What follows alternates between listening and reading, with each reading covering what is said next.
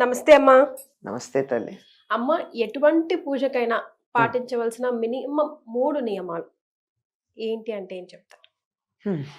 మొట్టమొదటిది భక్తి, శ్రద్ధ అంటారు. ఉమ్, పత్రి భక్తి లేని పూజ పత్రి చేటు అని ఒక మాట పాపం మన వేమన చెప్పాడు కదా. ఉమ్, భక్తి లేకుండా కుప్పలు కుప్పలు కుప్పలు కుప్పలు తెచ్చి పత్రి పోస్తే ఏముంటుంది? ఉమ్, ఇంట్లో ఏదో చెత్త పోసినట్టే ఉంటుంది. ఉమ్, ఏ ఆకుకూరో తెచ్చి అక్కడ పడేసినట్టు ఉంటుంది. మరి పూలు అక్కడేస్తే వాటిల్లో దాని మీద పురుగులన్నీ వాళ్ళని కుట్టినట్టు ఉంటాయి. అంతే కదా. అమ్మ, భక్తి అంటే ఇప్పుడు నాకు భక్తి ఉందా లేదా ఎలా తెలియాలి? భక్తి ఉన్నట్టే. భక్తి అంటేనమ్మా దానికి ఆ పేరు పెట్టినా అర్థం చేసుకో. మామూలుగా అర్థం ప్రేమ. ఉమ్, పెద్దవాళ్ల పట్ల ఉండే దాన్ని ప్రేమని గౌరవం అన్నారు. ఉమ్, దేవుడి మీద ఉండే ప్రేమని లేక గురువుల పట్ల ఉండే ప్రేమని భక్తి అన్నారు. ఉమ్, సమవయస్కుల మధ్య ఉండే ప్రేమని స్నేహము అన్నారు. చిన్నపిల్లల మీద ఉండే ప్రేమని వాత్సల్యము అన్నారు.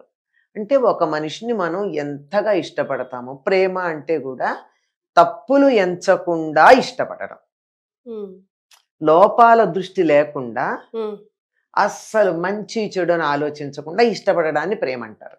ఉమ్, అంటే లోటు ఉందే మనుషుల విషయానికి వచ్చినట్టయితే ఉమ్, లోపం ఉంటే లోపం గొప్పదని చెప్పడం కాదు, మరి లోపం ఉన్నా యాక్సెప్ట్. ఉంటే ఉండనీలే అని చెప్పి దాన్ని పట్టించుకోకుండా ఇష్టపడ్డాం. అంతేగాని నేను ఇష్టపడే వాళ్ళల్లో ఉన్న లోపం గొప్పదే అని చెప్పడం కాదు. అది తేడా. అలా ఇష్టం ఉండేది. దేవుడి మీద ఇష్టం ఉందనుకో, పలికినా పలకకపోయినా అంటే ఆయన పలుకుతుంటే వినగలిగిన శక్తి నీకుందా? ఆ పలకాభాయము ప్రాణాలు పైకే పోతాయి ఆయన పలికాడంటే గాని. అట్లా కాదమ్మా. చీమలు మాట్లాడుకుంటున్నాను, వినగలుగుతున్నావా? చీమలు మాట్లాడుకుంటాయా? ఎందుకు మాట్లాడుకో, వాడి శబ్దం వాటికి ఉంది. మరి గబ్బిలాలు మాట్లాడుకుంటాయి, నీకు వినపడుతున్నాయా? అవి అల్ట్రాసానిక్ సౌండ్స్ అవి చేసేది. సూప్రాసానిక్, అన్ని రకాలు ఎవరికి వాటి సౌండ్స్ ఉంటాయి. మనం వినలేము. చెవుడు వచ్చిన వాళ్ళకి వినపడదు, మిషన్ పెట్టుకుంటే వినపడుతోంది. సౌండ్ లేదని కాదు కదా అర్థం. అట్లాగే మనం మన చెవి ఎంతవరకు వినగలదో అంతవరకే వింటాం.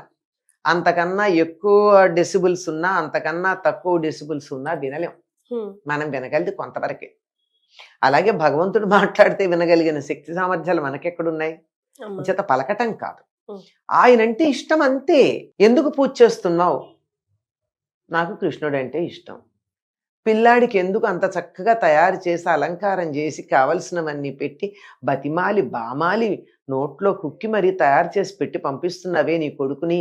ఎందుకు? ఎందుకు? వాడంటే ఇష్టం, ప్రేమ.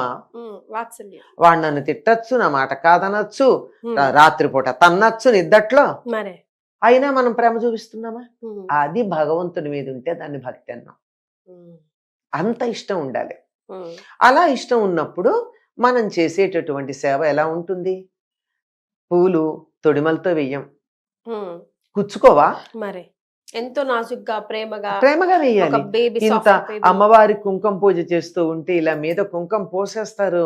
నాకు అనిపిస్తుంది, అయ్యయ్యో కళ్ళు మండవా అమ్మవారికి? కొంచెం కాళ్ళ దగ్గర వెయ్యండర్రా, మొహం అంతా పూయకండర్రా, బొట్టు వరకు పెట్టండి, మిగిలింది పాదాల దగ్గర వేయండి అంటూ ఉంటాను నేను. ఆవిడ పాదాల దగ్గర వేసుకోమని చెప్పి ఒక చిన్న యంత్రం అక్కడ పెట్టింది కదా, అక్కడ వేసుకోండి, నా కళ్ళల్లో ఎందుకు పోస్తారని. ప్రేమ అంటే అది. స్నానం అనేది చేయిస్తాం కదా, అభిషేకం చేసి. అభిషేకం చేయించాక ఆలస్యం చేయకూడదు. చలేస్తుంది కదా, వెంటనే బట్ట పెట్టి తుడిచి కుంకుమది పెట్టాలి. అమ్మో ఆలస్యం అయిపోతుంది అని మనసులో తపన ఉంటుంది. అది ప్రేమ. ఇది భక్తి అంటే. అటువంటి భక్తి ఉన్నప్పుడు ఎంత బాగా చేస్తామమ్మా. వీధుల్లో తిరిగి వచ్చి అదే కాళ్లతో చంటి పిల్లలు ఉన్న గదిలోకి ఎడతామా? వెళ్ళాం. ఏ హాస్పిటల్కో వెళ్ళొచ్చిన బట్టలతో పిల్లల్ని ఎత్తుకుంటామా? ఏం చేస్తాం? ముందర బట్టలు మార్చుకుని, కాళ్ళు చేతులు కడుక్కుని, వీలైతే స్నానం చేసి అప్పుడు కదా పసిపిల్లల్ని ఎత్తుకుంటాం. దేవుడి దగ్గరికి వెళ్ళేప్పుడు అలా వెళ్ళాలి.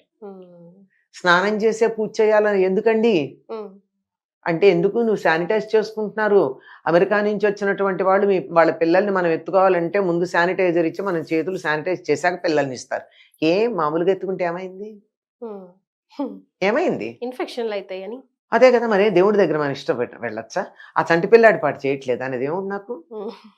శుచిగా ఉండద్దా?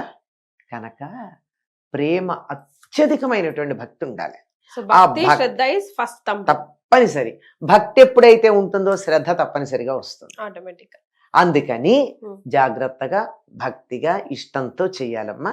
దాంట్లో ప్రధానమైన అంశాలు ఏమవుతాయంటే శౌచం చాలా ముఖ్యం. శౌచం అంటే ఇంటి పరిసరాలు శుభ్రంగా ఉండాలి. నే బానే ఉన్నా, నీకు దేవుడి గది కాస్త నీట్గా పెట్టుకున్నా, కానీ బయటంతా చెత్త ఉండి ఈగలు దోమలు ఉయ్యమని శబ్దం చేస్తున్నాయి. మనమే ఇట్లా అన్నాం, ఇంకా ఆయనే వస్తాడు.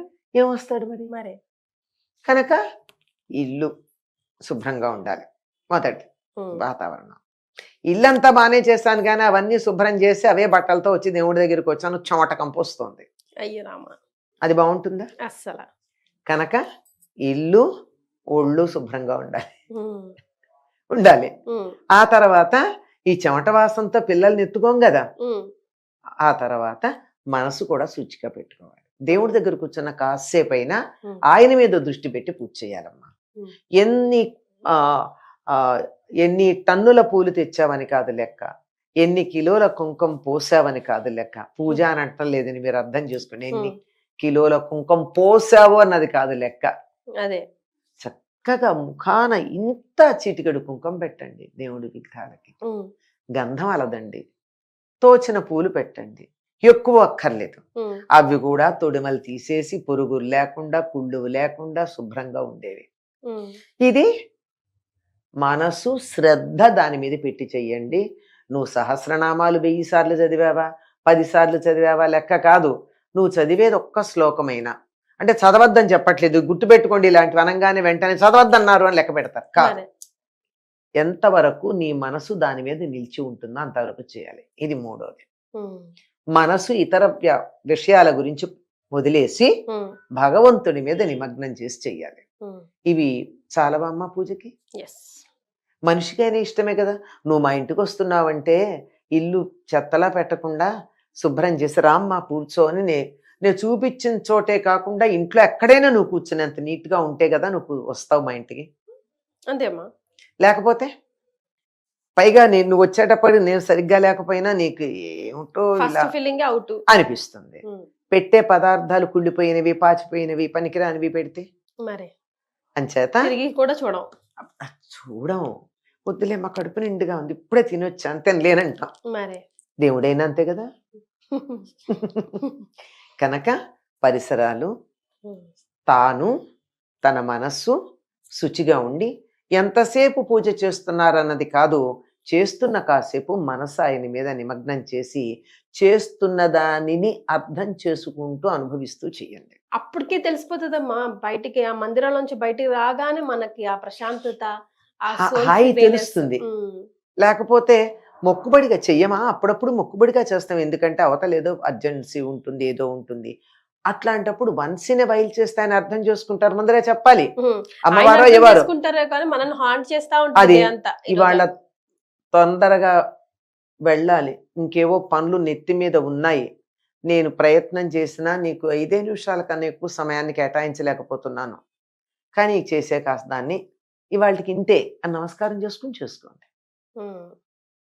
అంతేగాని ఏదో మొహాను ముత్తినట్టు కుంకం వేసేసి ఒంటికి దెబ్బ తగిలినట్టు పూలు విసిరేసి ఆ నైవేద్యం ఏదో ఒకటి పుల్లో పుచ్చో పురుగో తెలియకుండా పెట్టి ఆల్రెడీ నైవేద్యం పెట్టిన పదార్థాలు తెచ్చిపెట్టి మరే అవి హలాల్ చేసిన వాళ్ళ దేవుడికి ఇచ్చుకున్నవే కదా అవి. మరి అవి తెచ్చి మనం దేవుడికి నైవేద్యం పెడుతున్నామంటే ఎంగిలి పళ్ళు పెట్టినట్టే కదా. మామూలుగా అయినా కూడా ఇంట్లో అయినా కూడా తెలియకుండా రొటీన్ లో పెడతా ఉంటారు, అదే తీసి అదే పెట్టి, అదే తీసి అదే పెట్టి. చేయకూడదమ్మా. కానీ ప్రసాదానికి చాలా ఇళ్లలో చూసానమ్మా, విలువే ఉండదు. నైవేద్యం అక్కడ పెడతారు అంతే, ఇంకా అది తీయరు. ఇంకా అది నెక్స్ట్ డే మళ్ళీ పూలు అవన్నీ ఎలా నిర్మానుషం చేస్తారు, ప్రసాదాన్ని కూడా చేస్తారు, కానీ మొత్తం అసలు ఫలితం రావాలి లేదమ్మా. దేవుడికి నివేదన చేసినటువంటి ప్రసాదం మనం తీసుకోవాలి, అప్పుడే కదా ఫలితం వస్తుంది. చాలా సార్లు గమనించాను నేను కూడా చాలా ఇళ్లలో ఇది. మరి ఆయనకి ఏం లేకుండా ఈయనకి పెట్టేది మాత్రం మనం సూర్యుడికి రథసప్తమి నాడు పెట్టేది మాత్రం అక్కడ బయట ఉంచుతాం. ఇప్పుడు చిక్కుడాకుల్లో 3 పెడతాం కదా, పెట్టింది ఒకటేమో సూర్యుడికి, ఒకటేమో సంజ్ఞాస తులసీదేవికి, సంజ్ఞ ఛాయ పద్మిని సమేత సూర్యనారాయణుడికి పెడతాం, ఒకటి తులసికి పెడతాం, ఇంకొక దాంట్లో పెడతాం. ఈ 3 పెట్టి ఈ 3వది ఏదైతే ఉందో అది తెచ్చుకుని మనం ఇంట్లో ప్రసాదంగా తింటాం. ఆ 2 అక్కడ వదిలేస్తాం.